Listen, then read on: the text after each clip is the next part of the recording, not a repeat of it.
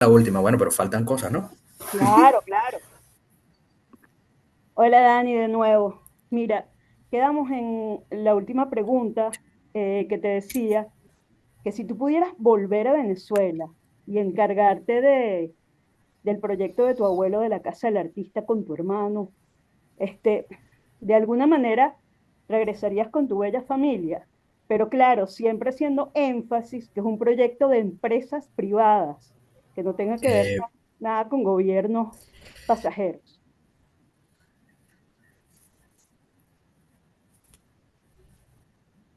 ¿Ya viste?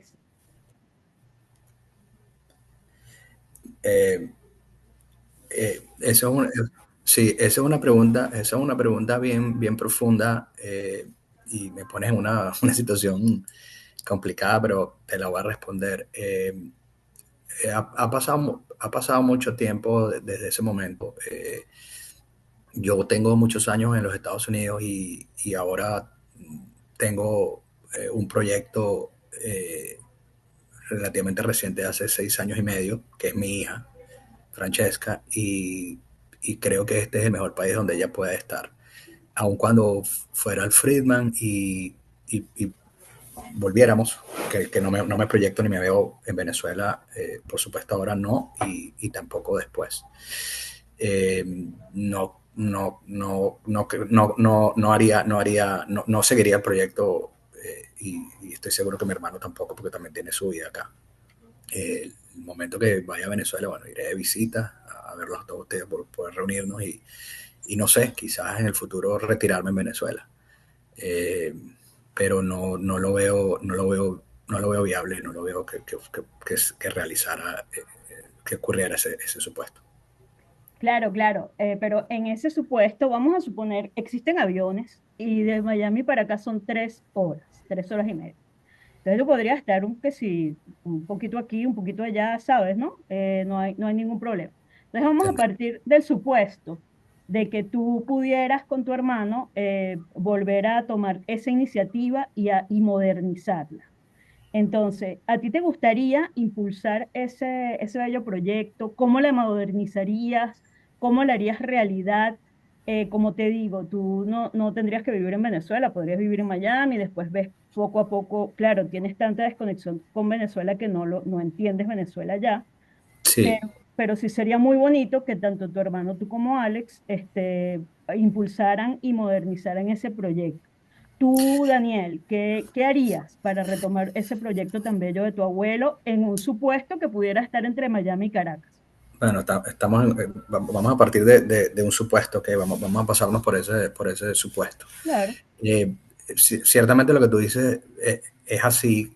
Ahora las cosas han cambiado tanto. Yo conozco a CEOs de empresas que viven en una ciudad y manejan una compañía en otra ciudad. Y tengo el mejor ejemplo, mi cuñada, la esposa de mi hermano Alex, es CEO de una compañía de salud. Ellos viven en Miami ahora, vivieron muchos años en Boston y la compañía está en Chicago. En eso tienes razón. También tienes razón en el hecho de que yo tengo muchos años fuera de Venezuela y no entendería Venezuela.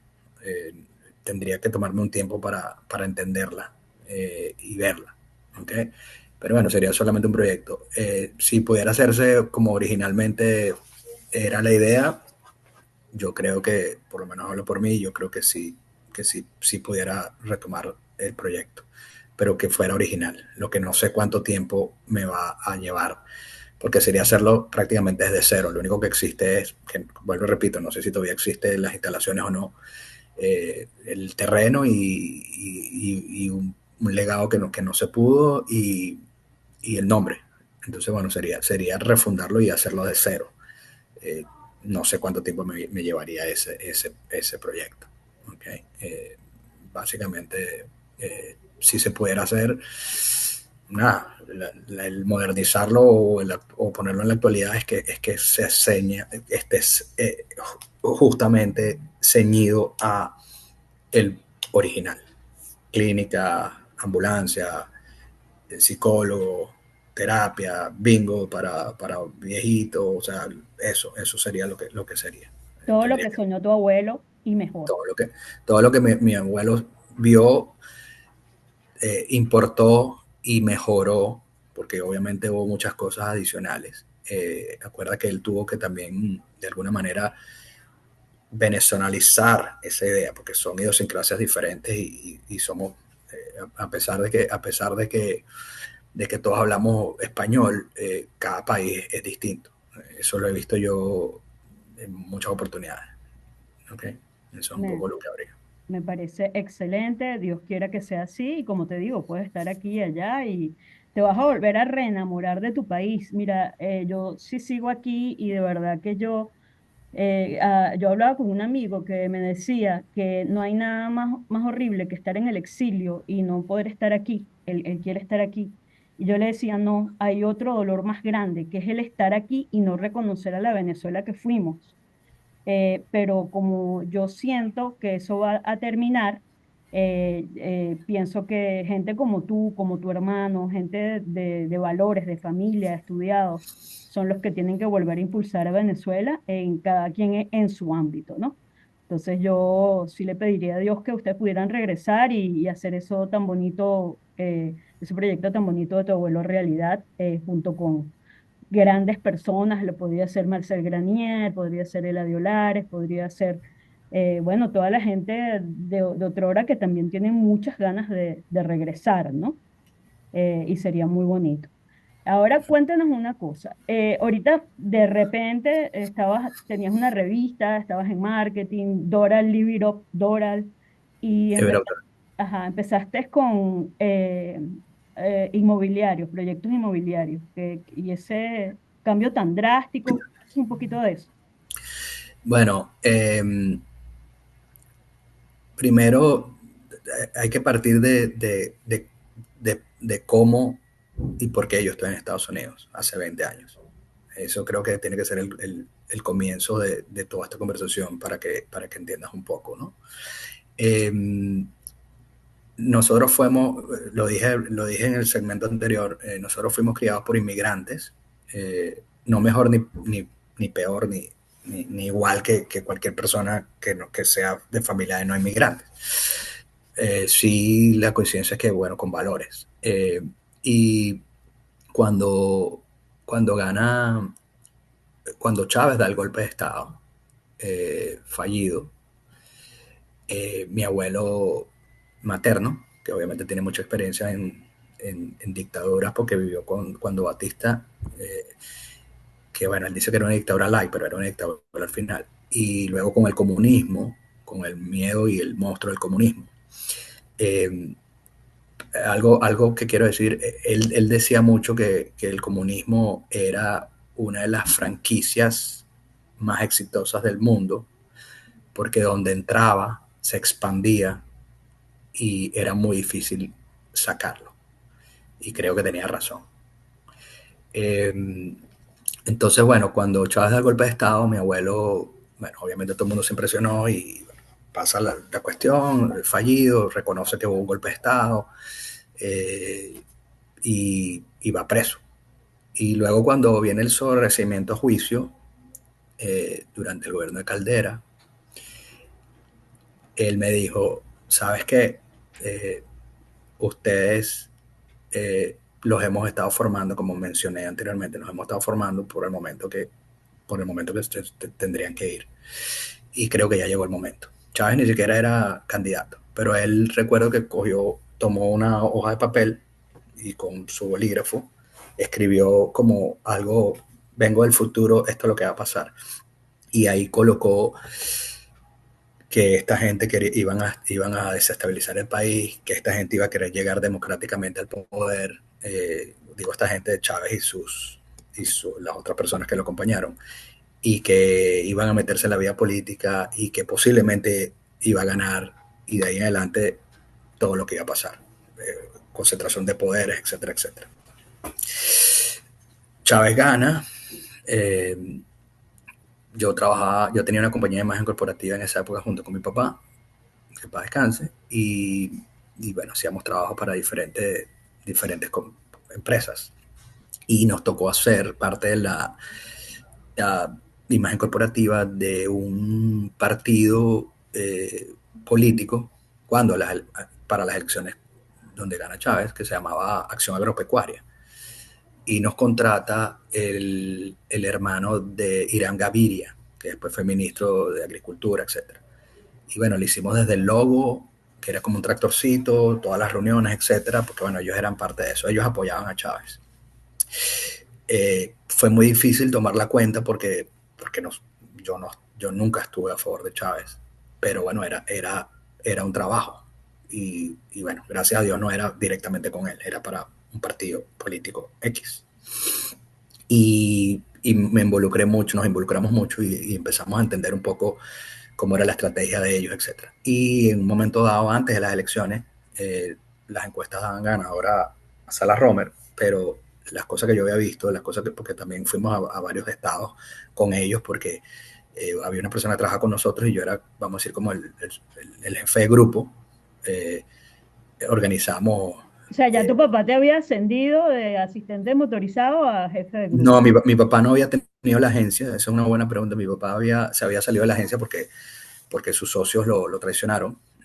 Eso es algo en otro momento. Y ya la agencia no existía. El IPSI ya no existía.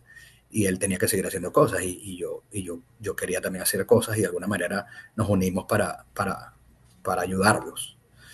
Y, y sí, bueno, ya de asistente motorizado, de ejecutivo de cuenta junior, que fue lo que te dije, bueno, fundamos la empresa. Teníamos varias cuentas interesantes. Qué bien. Pero yo entendí pues cómo era. Y en ese momento también con mi abuelo materno, un domingo, me dijo, Chávez va a ganar y bueno, ya sabes lo que tienes que hacer, lo que deberías hacer. Bueno, Chávez gana, etcétera, pasa todas las situaciones, las circunstancias, en esos primeros 3, 4 años comienzan todo lo que él escribió en ese papel de futuro comenzaron a ocurrir. Y en el año 2004, un buen amigo mío, no voy a mencionar su nombre por respeto, eh, este, él agarra una cuenta de imagen corporativa para un ministerio de Chávez.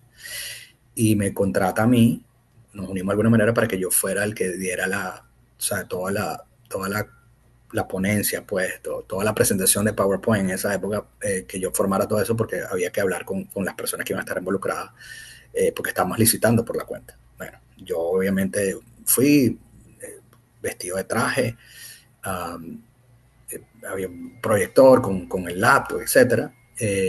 Y yo siempre cuando daba alguna conferencia o alguna ponencia, siempre decía, bueno, mi nombre es Daniel Bendayán, yo estoy aquí para esto, y le daba un poquito el resumen de cómo era y cuánto tiempo iba a durar la exposición y que las preguntas venían al final. ¿Okay? Algo un poquito como lo que aprendimos en el Freeman cuando teníamos que exponer.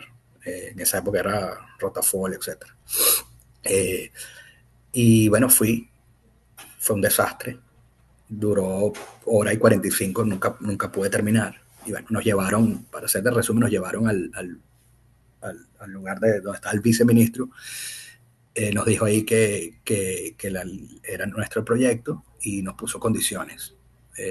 Bueno, mi amigo, porque él era el líder, pues. Yo simplemente estaba ahí. Y puso 4 condiciones. Esas 4 condiciones que él puso fueron decisivas, ahora las voy a decir rapidito, fueron decisivas para yo tomar la decisión de venirme a los Estados Unidos, porque se había cumplido todo lo que mi abuelo decía. Y yo quería vivir en libertad. Yo no quería que nadie me dijera lo que tenía que hacer y mucho menos que las personas que estaban en el poder temporalmente, que no fue temporal, eh, dirigieran mi vida o mi futuro, porque además había discriminación en ese momento. Bueno, de las condiciones fue, vas a cobrar tanto, el 20% es mío, me lo das en el primer pago, después él tenía que contratar a un primo de él que no sé ni qué hacía, y le puso al sueldo y todo lo que era. Luego, el tiempo que iba a durar, que tenía que durar más tiempo para después cobrar más, todo un tema de corrupción gigante. Y la otra cosa que fue la que me dio la decisión, eh, pidió, pues, de una manera despectiva, que yo no estuviera en el equipo. Entonces, bueno, yo me paré, no quise confrontar ni nada, me paré, me fui, mi amigo me dijo, nos vemos después, nos reunimos después en la noche a cenar en un restaurante, y él me dijo que cómo podíamos hacer para que él necesitaba que yo estuviera ahí, me pidió disculpas, que cuánto me debía en ese momento, bueno, tanta cantidad me pagó, en dólares, me acuerdo, y Y yo le dije que era imposible, que yo no podía disfrazarme ni porque yo tenía que estar en campo, ese era mi trabajo.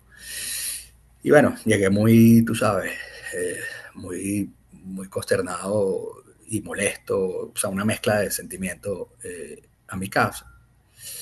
Y ese día tomé la decisión de que máximo en un año iba a estar fuera o en un periodo de un año, más o menos iba a estar fuera, me iba a venir a Estados Unidos a estudiar. Eh, realmente no tenía la intención de quedarme, pero bueno, pedí mi visa de estudiante en la Embajada de los Estados Unidos cuando quedaba en Valle Arriba, me dieron la visa por 5 años, obviamente presenté todos los papeles, etcétera, y me vine a estudiar a Boston. Pasé por Miami y a la semana me fui a Boston. Eh, y estuve allá un par de años y algo.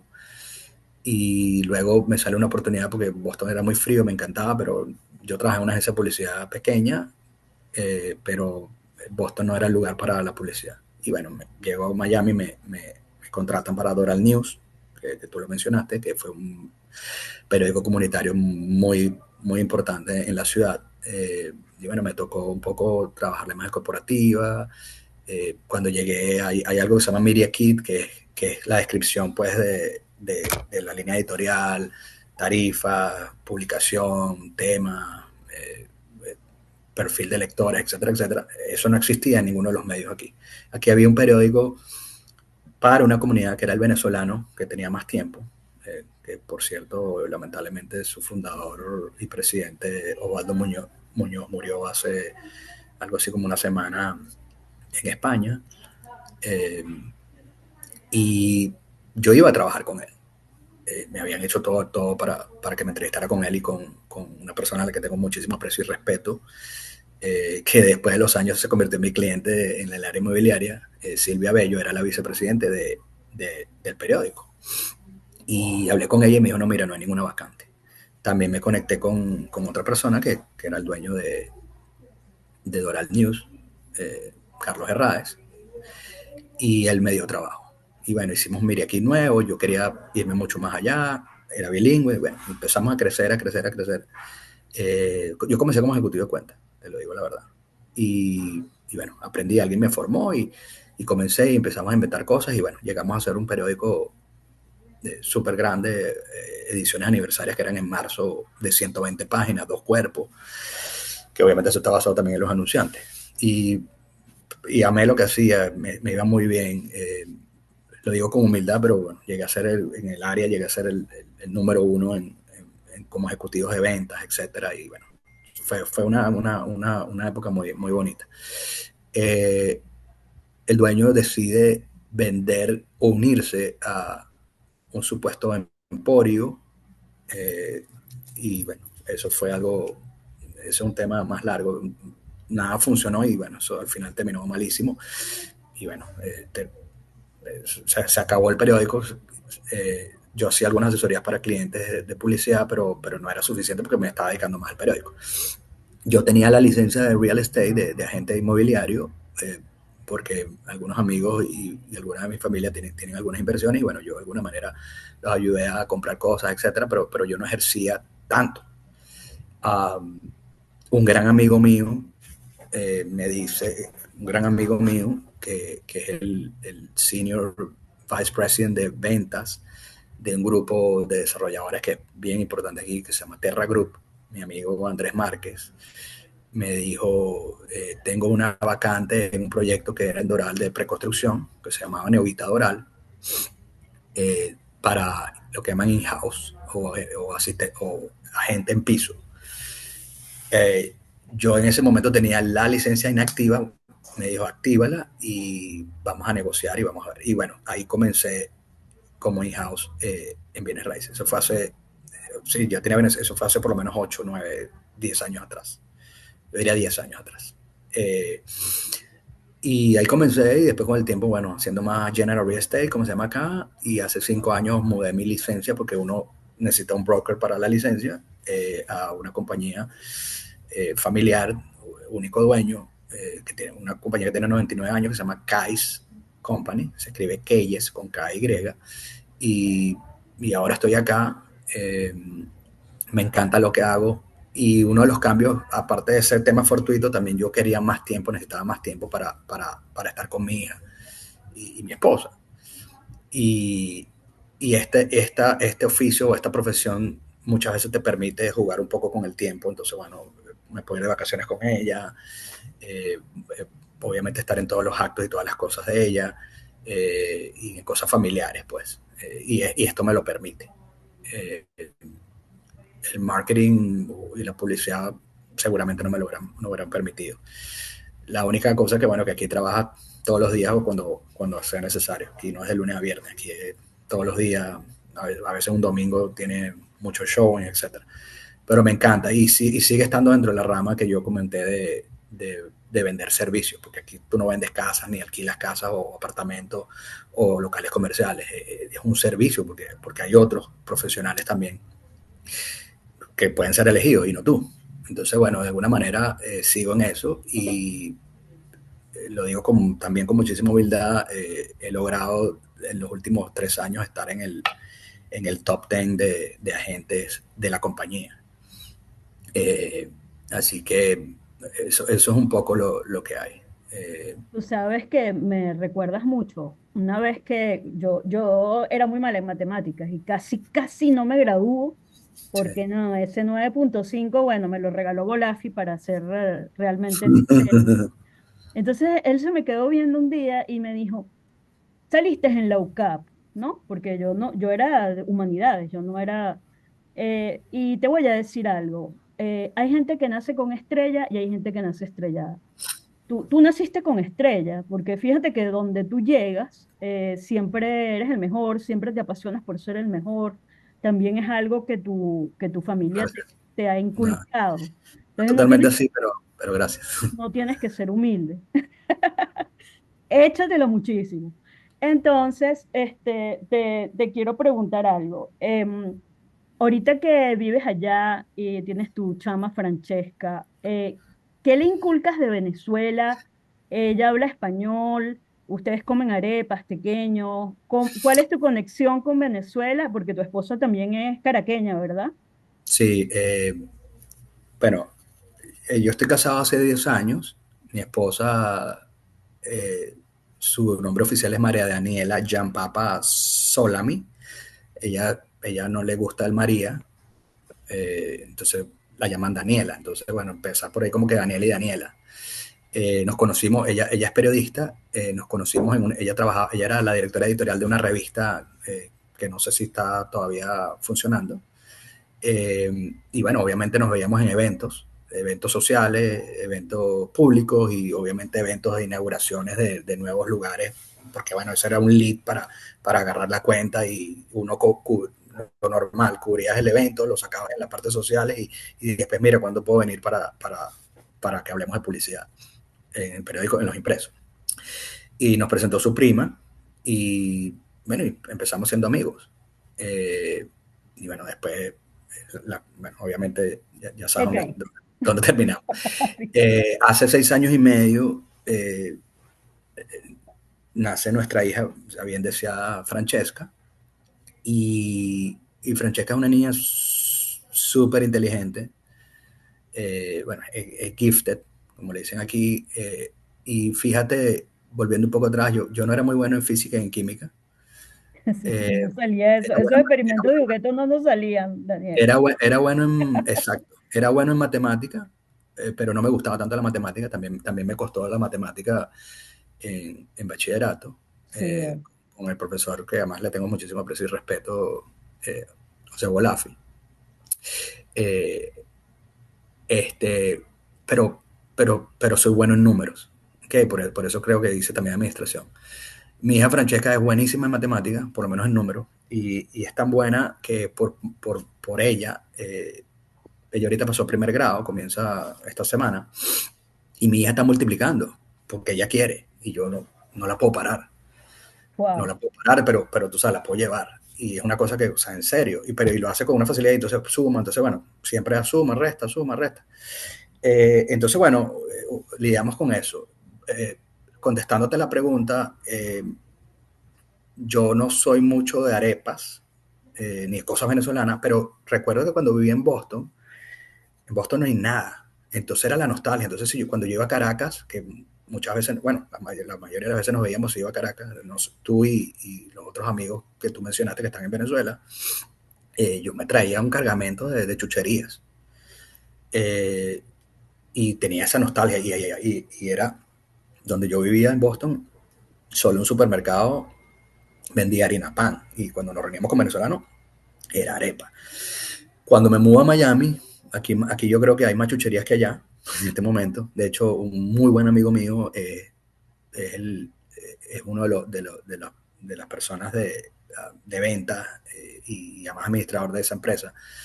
Es una empresa que importa, que tiene tienen la importación de todo lo que es Nestlé. Entonces aquí en todos los supermercados y muchos estados consigues ya chuchería, todas las cosas que están allá. Pues. O sea, está hablando cualquiera, sushi, cocosete, lo que sea, de importada por ellos y otra compañía.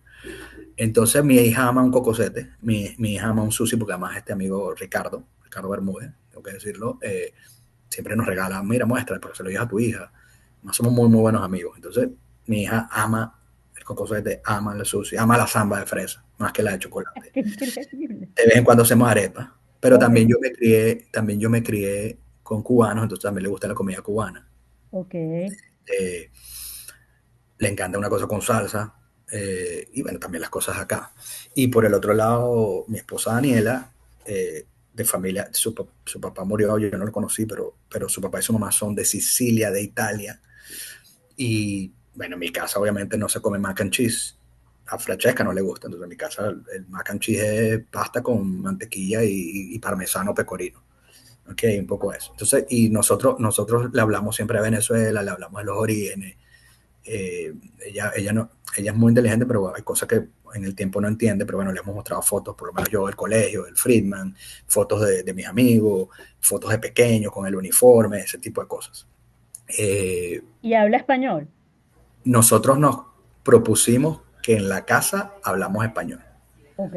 aunque sabemos hablar inglés, pero hablamos español. Ella ahorita está en la etapa esa que a veces mezcla, entonces bueno, le decimos, mira, no, se dice así. Y utilizamos una técnica muy, muy interesante que aprendí de una buena amiga, perdón, de un buen amigo mío, que es psicólogo infantil, que es, ¿sabes? El poder de las palabras y cómo tú lo haces. Entonces yo no la corrijo, por supuesto, a veces pronuncia, sobre todo los tiempos del verbo haber. Yo no la corrijo, yo lo que le digo es, mira, yo te digo, así no se dice, se dice de esta manera. Y si yo lo hago en inglés, tú entonces dímelo a mí. Es una corrección, pero de otra manera, porque Francesca, no sé, yo creo que un poco mi personalidad, Francesca es un poco rebelde con causa Rebelde con no le causa. gusta que la manden ni nada de eso, ¿no? Eso es un Ok. poquito lo que hay. Entonces, bueno, los valores que aprendimos, porque tengo que decir que mi esposa también, obviamente, aprendió los mismos valores de su familia, de familia inmigrante, con influencia europea. Tú sabes, no, siempre no decir mentiras, ella nos cuenta todo, mira, aunque nos moleste, cuéntanos. Siempre tratamos de estar involucrados en sus cosas, en su formación. Nada es perfecto, por supuesto, seguimos aprendiendo todos los días. Yo aprendo todos los días de algo, de alguien. De ella he aprendido muchas cosas. Porque también a veces, por lo menos en mi caso, los hijos son a veces un, un espejo de ti mismo y a veces tú no lo ves, entonces ellos te lo hacen ver. Y Francesca es así, además es muy elocuente. Entonces, bueno, las tradiciones son las... Sí, come arepa, le encantan las chucherías, como te dije, eh, y ese tipo de cosas. No le gusta el joropo, pues a mí tampoco me gusta, ni la música llanera, pero por ejemplo, cuando teníamos la revista, que no la mencionamos, que se llamaba Live It Up, que la fundadora fue mi esposo y yo, pero mi esposo fue la de la idea completa. Lo único que cerramos después de pandemia, porque bueno, no se podía imprimir nada, era complicado, entonces bueno, al final tuvimos que cerrar la revista. Eh, una de las portadas fueron las payasitas ni fu ni fa, y resulta que la fundadora, que es un poco mayor que nosotros, se acuerda de mí en Sábado Sensacional. Entonces, imagínate, mi hija tiene una foto con las Nifunifa y le gusta la Nifunifa. Y aquí en la ciudad de Doral, que es donde yo vivo, los han traído mucho a eventos públicos. Entonces, imagínate, eso son una de las cosas. Y le explicamos que era Nifunifa cuando éramos pequeños. Entonces, eso es un poco las cosas que hemos conservado, porque ella también quiere, ella está ávida de saber también de dónde vienen sus padres, su abuela, sus tíos, etcétera, etcétera. También quiero, ya que estamos con el tema de la familia, si me permite, tengo que mencionar también que, bueno, yo tengo otro hermano, que no es medio Correcto. hermano. Mi mamá se volvió a casar y mi papá también se volvió a casar. Mi papá, el que me crió, mi padrastro, dice la gente, pero yo le digo papá porque nos crió desde muy pequeño y le digo papá. Entonces yo siempre en un momento decía, yo no sé si tú te acuerdas del colegio, yo tengo dos papás. Sí, sí. Pero no que se repito, tengo dos papás porque tengo mi papá biológico, Amador, que siempre estuvo ahí con nosotros, y mi papá Jorge, que nos crió. Entonces yo tengo dos papás. Mi papá Amador murió, pues, pero yo le digo papá y mi hija le dice abuelo. Y tengo un hermano, también muy inteligente, Jorge Alejandro González. Es un médico, él sí se fue por el área médica, es un médico, él es cardiólogo de imágenes, es jefe de una cátedra en una clínica, en un hospital, pues, en San Diego, y además es súper organizado como mi abuelo, es tremendo, es una lumbrera. Y mi hermano Alex es odontólogo, él es jefe de una cátedra en Nova University, estudió muchos años, perdón, trabajó muchos años para Boston University, él hizo prótesis de implantes aquí. Cuando él vino, hizo su reválida y estudió prótesis de implantes. Y también es un tipo exitoso en lo que es y bueno, está muy bien posicionado y de verdad que tiene mucho carisma. Y por el otro lado tengo tres hermanas, Daniela, Sharon y Karen, por parte de mi papá, que también nos veíamos, también convivíamos con ellas, porque en mis dos familias todos son hermanos. Aquí no importa los apellidos ni dónde vengan, papá o mamá.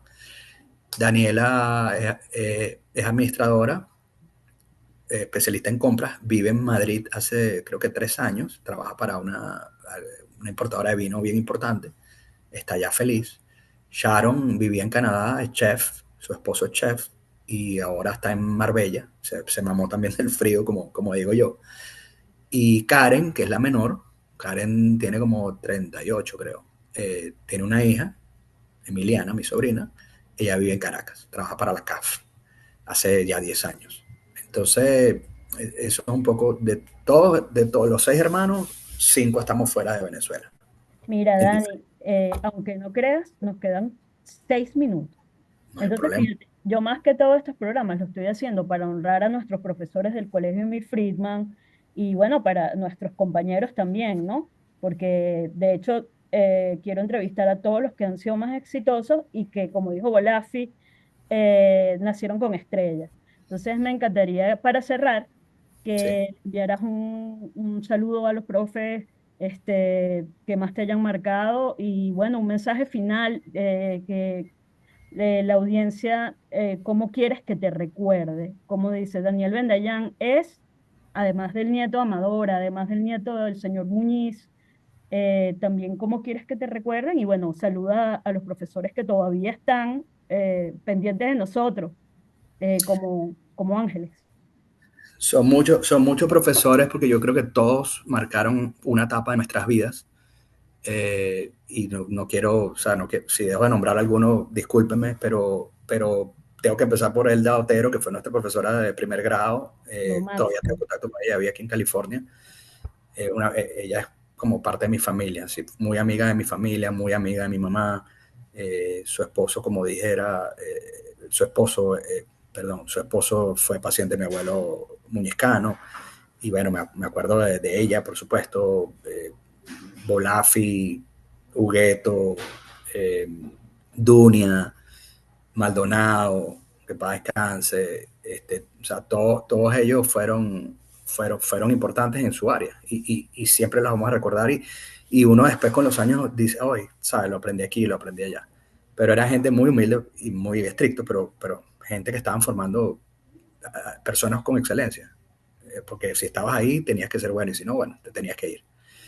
Yo tuve la suerte de primer grado hasta quinto año, nunca llegué a reparación, porque siempre era, si salen bien, van a Miami o viajan a no sé dónde, entonces bueno, yo quería viajar y entonces me esmeraba, pues. Nunca fui a reparación, gracias a Dios. Eh, y nada, les mando un saludo.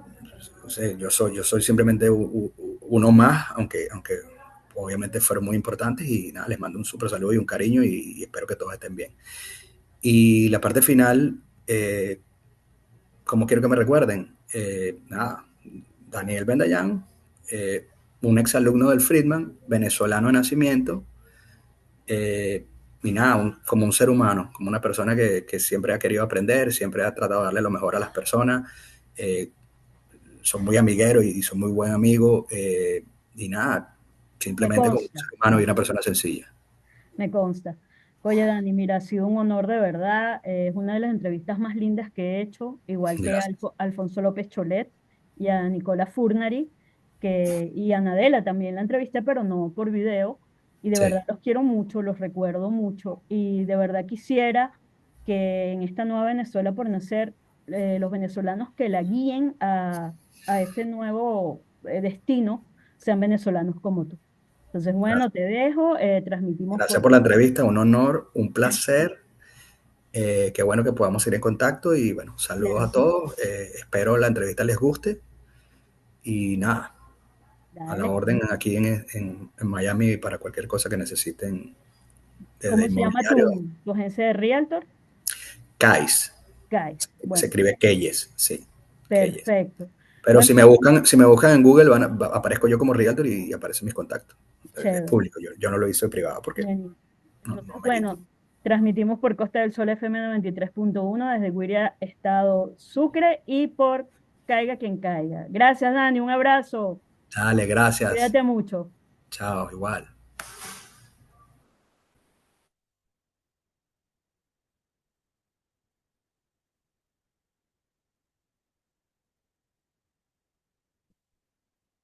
Ok.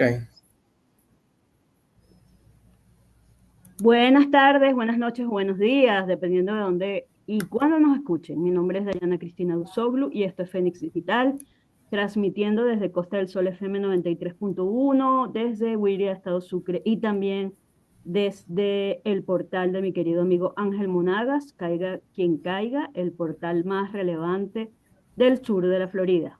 Hoy tengo el honor de conversar con un venezolano ejemplar, un profesional exitoso, pero sobre todo un gran amigo de la infancia, Daniel Alberto Vendallán Muñiz, con quien estudié en el Colegio Emil Friedman desde primer grado hasta quinto año.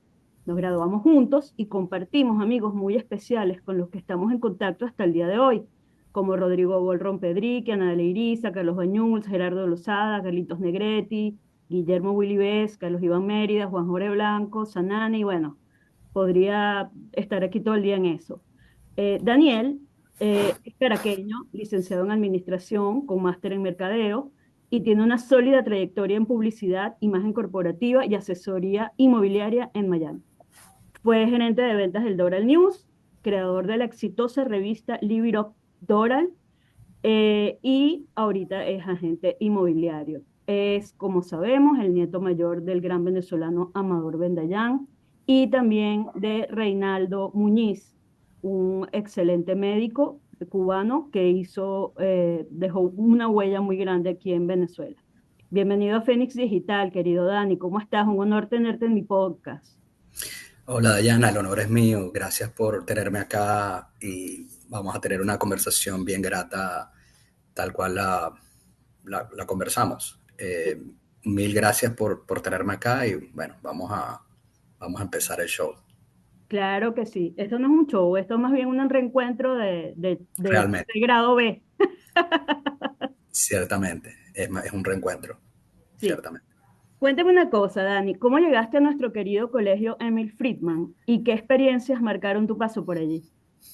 Bueno, realmente cuando nosotros éramos pequeños vivíamos en Cumbres de Curumo, en el este de la ciudad de Caracas, y el colegio quedaba en Los Campitos. Y bueno, cuando salí vamos a decir, de maternal o daycare, como le dicen acá, que por cierto fui a un lugar en Cumbres, que era una casa que habían convertido para eso, se llama el P.O.P. Venía el momento de a dónde íbamos a ir. Eh, y básicamente mi abuelo Reinaldo Muñizcano, al cual tú mencionaste, que era médico internista cardiólogo, tenía de paciente a un señor cuyo nombre es Oscar Otero, que era esposo de nuestra querida profesora de primer grado, Elda Otero. Y bueno, conversando mi abuelo con ellos, le estaba pidiendo recomendaciones. En esa época Elda era profesora de primer grado, como mencioné en el colegio, y bueno, de alguna manera decidieron mis padres inscribirme ahí. A tu hermano también, ¿no? Luego mi hermano Alexander, que es el que me sigue a mí, yo le llevo 2 años y medio, del cual también vamos a hablar aquí, que está aquí en Estados Unidos también. Él también se inscribió en el colegio. Mira, Dani, y con todo y que es un colegio recordado y todavía sigue siendo un colegio de élite en Venezuela por ser un colegio musical, también era un colegio que nos cultivaba muchos valores. Entonces, cuéntanos más o menos qué más te marcó del colegio para ser el hombre exitoso que eres hoy. Bueno, más que marcarme, el colegio, por lo menos hablo en lo personal, pero creo que muchas personas van a estar de acuerdo. El colegio Milton Friedman, una de las cosas que cultivaba era la excelencia y nos dieron muchas herramientas. Hoy lo puedo decir que es muy parecido a la educación de los Estados Unidos. Nos dieron herramientas y estructura para estudiar y para seguir adelante. En esa época, tú debes recordar, la primaria, la primaria y la secundaria o el bachillerato era bien exigente. Por lo menos en el colegio era bien exigente. Eh, y, y sí nos dio, por lo menos a mí, vuelvo, repito, nos dio una estructura, nos dio una visión, nos dio futuro. Cuando yo vengo a los Estados Unidos hace 20 años y voy a pegar una cosa con la otra, que comencé siendo un máster en mercadeo, en comunicaciones, y luego terminé haciendo un posgrado porque en ese momento eh, las cosas cambiaron, mis cosas cambiaron, pues desde el punto de vista laboral. Yo trabajaba para una agencia.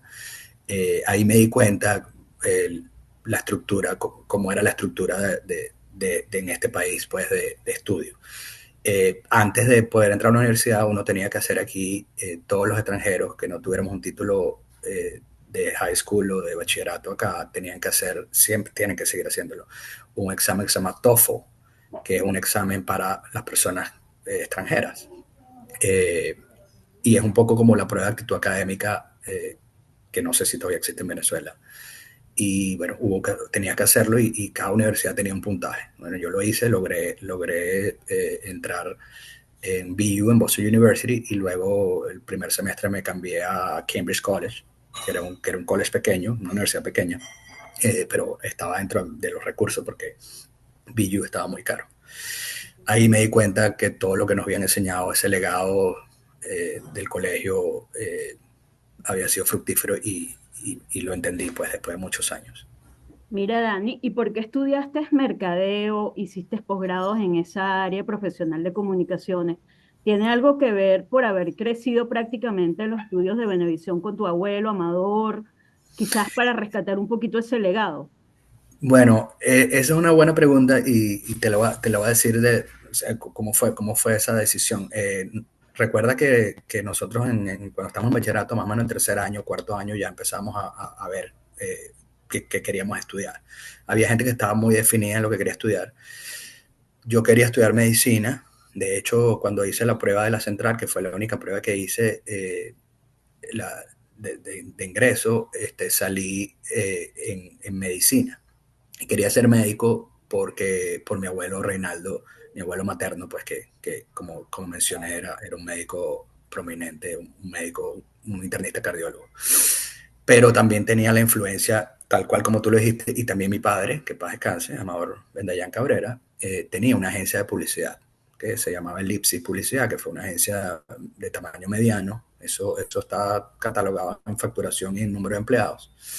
Eh, También en esa área yo también me crié un poco con mi papá, iba a los comerciales y veía un poco esas cosas. Entonces ahí había como una disyuntiva. Y luego decidí, sí hubo mucha influencia también con el tema de Venevisión, etcétera, o el programa de mi abuelo, decidí estudiar mercadeo, que era una carrera técnica, pero bueno, yo no quería quedarme solamente con un técnico. Entonces, bueno, hice los primeros, eran 3 años, hice mercadeo, mención publicidad en el ISUM, en el Instituto Superior Universitario de Mercadotecnia, ISUM, que tampoco sé si existe todavía.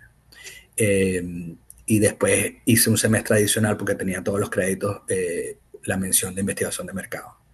Al salir de ahí comencé a trabajar, es decir, yo me gradué en el año 94, muchos de nosotros estaban todavía en la universidad y bueno, ya yo estaba trabajando, pero bueno, quería más. Unos años después había el chance de hacer de completar los créditos para una licenciatura, que fue en la Universidad de Santa María, en la sede del Paraíso, en Caracas. Yo hice vamos a decir, esa licenciatura, eso fueron 2 años para completar pues los 5 años universitarios. Y luego decidí hacer un máster e hice un año adicional, todo en el área de mercadeo más que en publicidad. Yo trabajé en publicidad como ejecutivo de cuentas en algunas agencias pequeñas. Traté de trabajar en la de mi papá, pero él me dijo que la única manera que yo trabajara ahí es que comenzara abajo y yo le dije, bueno, quisiera hacerlo. Y me dijo, bueno, entonces vas a ser el asistente de la recepcionista y quitarle mérito a la recepcionista. Qué bien. Pero no hay otra opción, bueno, puede ser el asistente del Del oficio. motorizado. Sí. Y entonces, bueno, eso obviamente entendí pues que mi papá no quería que yo trabajara con él. Y nada, en ese tiempo traté de buscar la vuelta y le dije, bueno, ¿qué tal si yo te traigo clientes para la agencia? Tenía amigos, por supuesto, amigos, gente, conexiones, gente que uno conocía, eh, que sabían que mi papá tenía una agencia y bueno, le dije, traigo clientes y yo voy a ser el ejecutivo de cuenta junior de esa cuenta. Me dijo, me parece interesante, bueno, hazlo.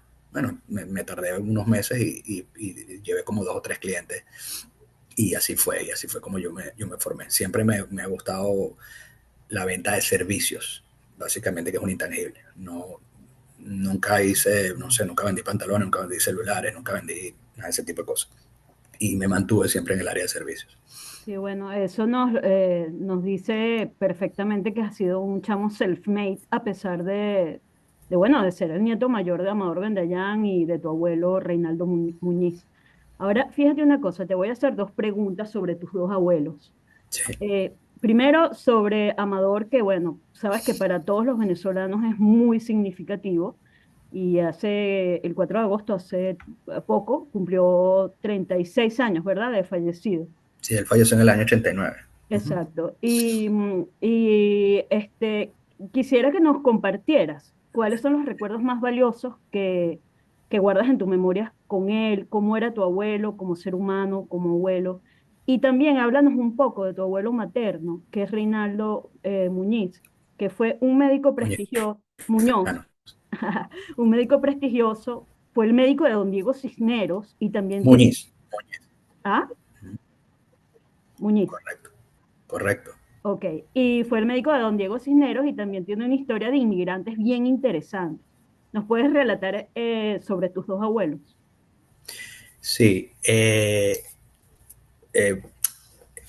yo a mi abuelo Amador lo veía con cierta frecuencia. Bueno, mis padres en esa época estaban divorciados, pero igual seguimos, en ese momento seguimos teníamos relación pues con las familias, etcétera. Y bueno, obviamente mi papá tenía una parte, vamos a decir, de tiempo con nosotros, tanto yo tanto mi persona como mi hermano Alex. ¿Ok? Y bueno, nos veíamos normalmente los domingos, que casi siempre era el día de descanso de mi abuelo. Domingo y a veces lunes, pero el lunes, bueno, estamos en clases.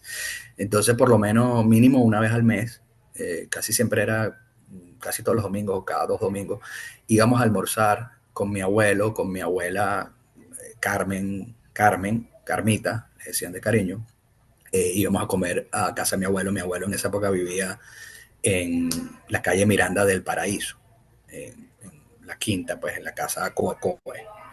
Entonces íbamos allá y era muy nice porque mi abuela era muy consentidora, entonces siempre, bueno, ¿qué quieren comer los niños? Entonces, bueno, nos mandaba a cocinar o nos cocinaba ella, era muy buena cocinera, yo diría que casi hasta chef. Y ahí compartíamos con mi abuelo y mi abuelo poco hablaba de trabajo porque, porque bueno, él era un hombre bien introvertido, o introvertido, no era bien introvertido, introvertido, pero pocas cosas hablamos de trabajo. Entonces, bueno, las preguntas mías, las de mi hermano era, háblanos de nuestros bisabuelos, que por cierto son de Marruecos, originales de Marruecos, y fueron durante la guerra, donde el problema con los nazis, o sea, fueron a Venezuela, etcétera, y se quedaron. ¿Okay? Eh, Él siempre nos hablaba de, él nació en Caracas, pero nos hablaba de esa historia, porque uno siempre quiere y creo que debe saber su origen y todas las historias pues, de las familias y sobre todo inmigrantes y por qué están en Venezuela, por qué fueron a Venezuela y cómo fue su vida o su expatriada o su inmigración a esos países. Entonces, bueno, nosotros hablamos mucho de eso. Él era un hombre muy cómico, yo creo que si se hubiera dedicado a la comicidad hubiera sido tan bueno o mejor que en el área de animación, porque tenía una chispa interna y siempre estaba bromeando. Eh, una de las cosas que más recuerdo con él, bueno, obviamente todos los días del padre, había que ir al programa porque mi abuelo le hacían un homenaje, entonces los hijos, los nietos, y bueno, siempre era, y bueno, obviamente los primeros años era nice y después era como que, oh, en serio, otra vez, pero bueno, eso fue parte del show. Eh, pero una de las cosas que yo más recuerdo es que fuimos a comer, ojo, voy a destacar, cuando mi abuelo murió yo tenía como 17 años, iba a cumplir 18 años, estaba casi recién graduado. Eh, y bueno, yo estaba en Miami de vacaciones en ese momento. Eh, una vez salimos a comer a un restaurante que se llamaba Los Arrieros, que quedaba, si mal no recuerdo, por la Castellana. A él le gustaba mucho ese lugar que había sido una quinta que habían transformado tenía como un salón VIP, VIP para eventos, no porque él fuera VIP. Y él entraba, él podía entrar por un lateral, pero no, él quería entrar por la puerta principal. Y yo estaba con él porque mi papá se había adelantado. La noche anterior yo me había quedado en su casa a dormir y bueno, después nos llevó, él tenía un chofer muy querido que era como Alfred de Batman y Robin, Antonio, ¿no?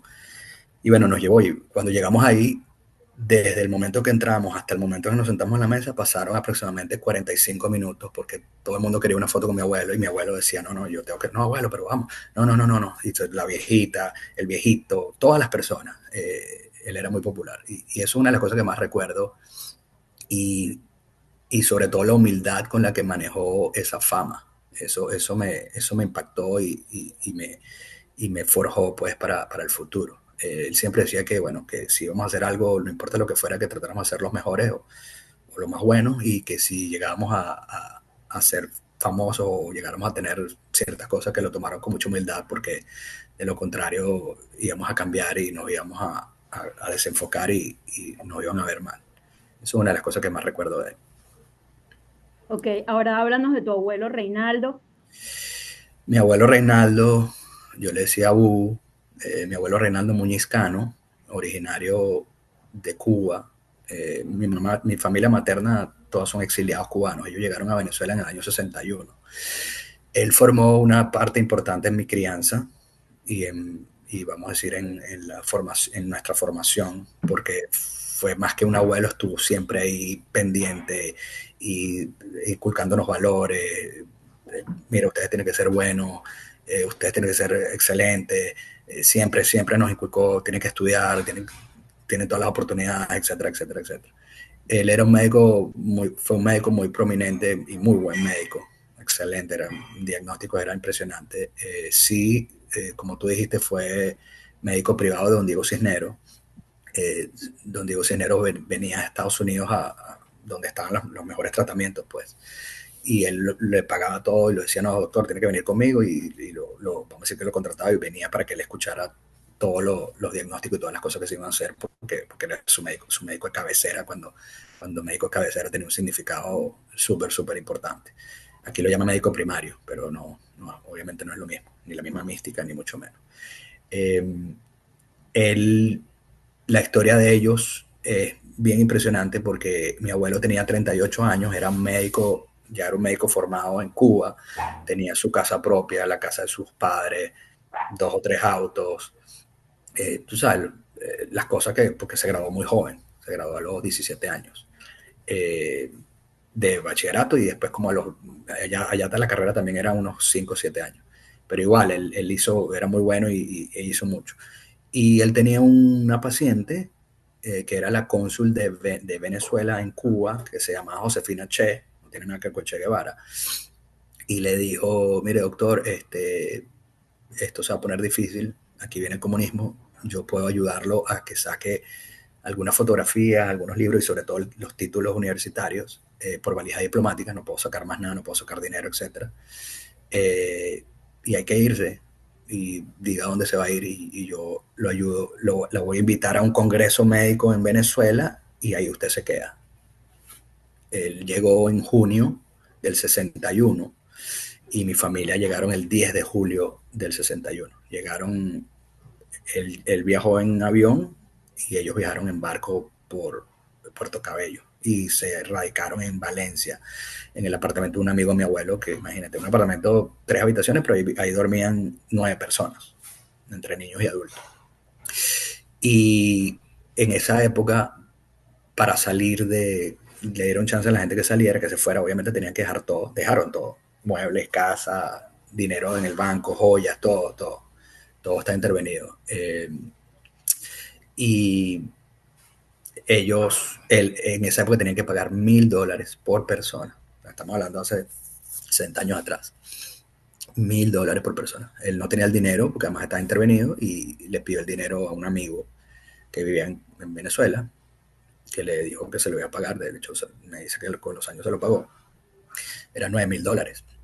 Y así fue. Y bueno, llegó a Venezuela y comenzó a hacer su reválida en Mérida, la Universidad de Mérida. Y para mantenerse hacía a mano los máster de las monografías pues, de los medicamentos, porque eso después lo pasaban por stencil y eso es lo que entregaban los visitadores médicos. Okay, eso fue lo que él hizo como por 2 o 3 años. Luego montó su consulta en Valencia y luego tuvo la oportunidad de mudarse a Caracas y bueno, ahí se quedaron y de hecho murió de 96 años hace unos años atrás y bueno, ahí estuvo. Básicamente, puedo decir que ambos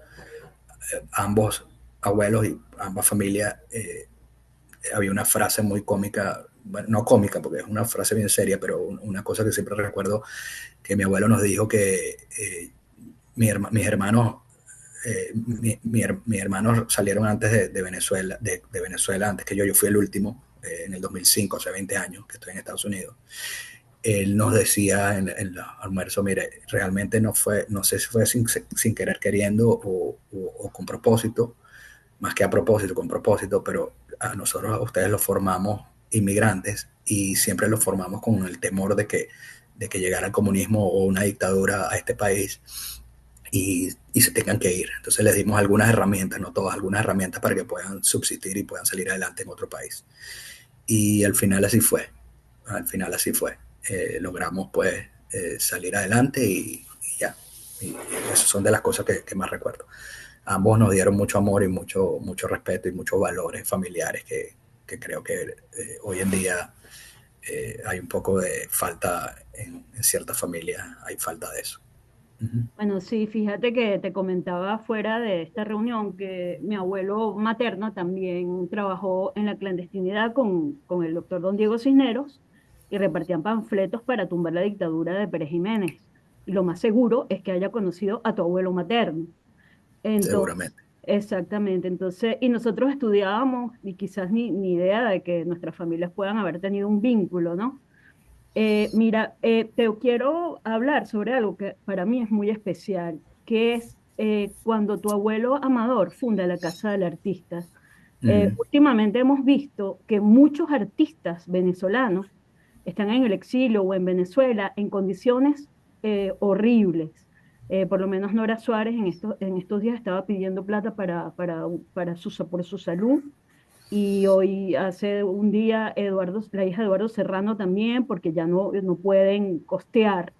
Y yo me imagino que ese era el norte de tu abuelo con la casa del artista, que los artistas después de que estuvieran jubilados o lo que fuera, pudieran tener un seguro médico, pudieran tener muchos derechos. Y me parece un sueño bellísimo que lamento muchísimo que no se haya concretado. Em, y bueno, quisiera saber lo que tú me contabas de cuando tu abuelo la funda, cuando tu abuelo va al poliedro y empieza su debacle.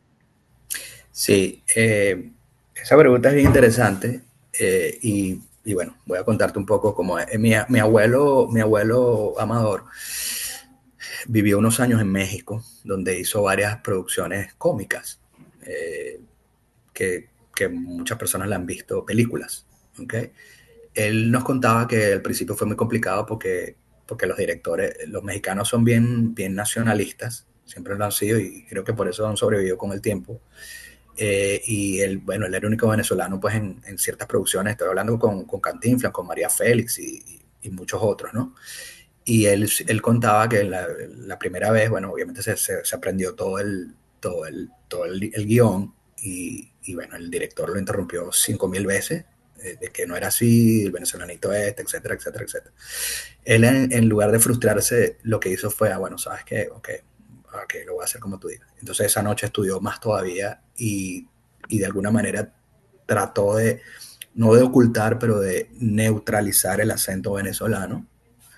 eh, Nunca quiso hablar como mexicano, pero intentó, además él era muy buen locutor, intentó y lo hizo, de quitarle ese acento, pues ese cantadito de que tienen cada idioma tiene su parte musical, como digo yo. Y bueno, y en la primera toma quedó. Y bueno, ya se ganó el respeto pues de muchos profesionales que estaban ahí. Entonces, bueno, él vio la casa del artista, no se llamaba así, no recuerdo ahora cómo se llamaba, pero él vio ese concepto. Él, que siempre fue un visionario también, eh, dijo, sabes, yo creo que esto puede ir a Venezuela y trajo el proyecto. Entonces registró el nombre, hizo una serie de cosas, hizo todo el parámetro. La idea de la cárcel artista era no solamente que iba a tener anfiteatro y que la gente se pudiera presentar ahí como un mini Ateneo, sino que era una red para los artistas de todas las áreas, que fueran bailarines, cualquier persona en cámaras o detrás de cámaras, maquilladores, etcétera, donde iban a aportar un dinero como el seguro social de su sueldo y ese dinero se iba a colocar en algo privado para que se reprodujera, como un 401k aquí o algo así. Y después en el futuro ellos pudieran tener red de clínicas, ¿okay? Clínicas de ellos, privadas, red de clínicas, eh, doctores, eh, lugares de cuidado que a lo mejor, dependiendo de lo que hayan hecho, pues, hubiera podido tener enfermeras, que tuvieran autos que los llevaran y los trajeran, o sea, algo que hoy está pasando en este país y creo que en nuestro país también. Fue una cosa visionaria, o sea, fue hace muchos años. Y él trató de hacer eso. Entonces, bueno, el terreno lo donaron, básicamente todo fue a pulso de donación privada. Ahí los gobiernos, ¿sabes? Prometían, pero no hacían nada nunca. Y bueno, se tardó muchísimo. De hecho, en el Teatro Amador Bendayán, que era el teatro principal, eh, en la primera vuelta llegaron las sillas y se las robaron. Entonces hubo que volver a pedirle y por eso se tardó. Las sillas, digo, del teatro, ¿no? Que son como las de los cines. Y bueno, eso fue muy complicado. Cuando llega el momento de la inauguración oficial, la gala fue en el Poliedro de Caracas. Y, y bueno, mi abuelo fue, era algo, era más que un show, era algo donde él estaba. Y la presidenta era Mirla Castellano, si mal no recuerdo. Eh, Ese día él estaba tras el escenario ya para salir, porque eso lo iban a transmitir en vivo por Venevisión, por supuesto. Y él ve en la tarima, ve dos sillas tipo reinado altísimas, y él pregunta que qué es eso. Y entonces él dice que esas son para el presidente en ese momento, que era Jaime Lucinchi y Blanca Ibáñez. Y mi abuelo se molestó y dijo, pero ¿cómo es eso? Esto no, o sea, esto lo van a politizar, esto lo van a hacer como si fuera, ¿dónde está el guión? Yo no he visto el guión. Y le dan el guión y el guión era una parte que, o sea, el presidente tiene que estar y cortar la cinta, etcétera. Eso ya era la celebración, ya lo habían hecho en la casa del artista. Entonces mi abuelo se molestó mucho, bueno, hizo esto muy molesto, toda la ceremonia, muy, muy molesto. Y cuando ya sale, que va saliendo, se empieza a sentir mal y, y le da como un infarto, algo así, se muere, se lo llevan a una ambulancia, lo reviven en en la central, el clínico, sí, el En hospital el clínico. clínico, sí. Exacto, lo reviven, pero como pasó un tiempo ahí, le dio como una especie de parálisis de un lado de la parte motora más no del habla, del lado izquierdo, creo que fue, él era derecho. Y bueno, ahí comienza la situación, él se tiene que retirar, empieza a hacer fisioterapia en la clínica Caracas, perdón, que después lo llevaron allá, pero ya había un daño, entonces era bastante difícil que él pudiera volver a desplazarse pues, en los escenarios. Eh, ese fue donde comenzó vamos a decir, su camino a morirse. Él era diabético, controlado, pero bueno, en esa época los medicamentos eran muy diferentes a los de ahora. No insulino dependiente, pero tenía que llevar una dieta, etcétera, que yo creo que él no llevaba muy bien. Y era diabético y bueno, ya tenía ese parálisis ahí y lo picó un mosquito y esa herida, ese mosquito ¿sabes? Se complicó, se infectó y de ahí, y muere a raíz de eso. No muere de cáncer, como gente había dicho, no muere nada de eso. Murió, pues, eso fueron como 18 meses, pues, de calvario ahí en una suite en la clínica Caracas.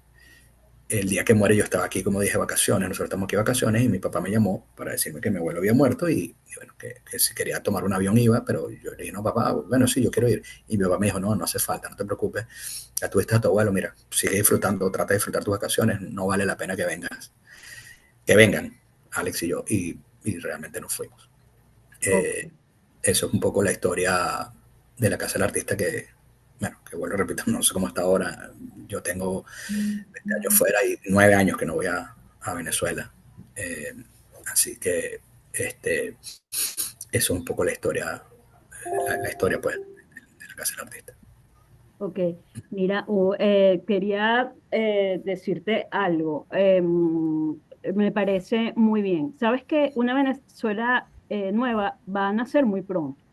Si tú tuvieras que de alguna manera volver, ¿a ti te gustaría dirigir la Casa del Artista y llevar a cabo ese proyecto aquí en tu Venezuela con tu hija, con tu esposa y seguir el legado de tu abuelo, de tu otro abuelo y hacer patria?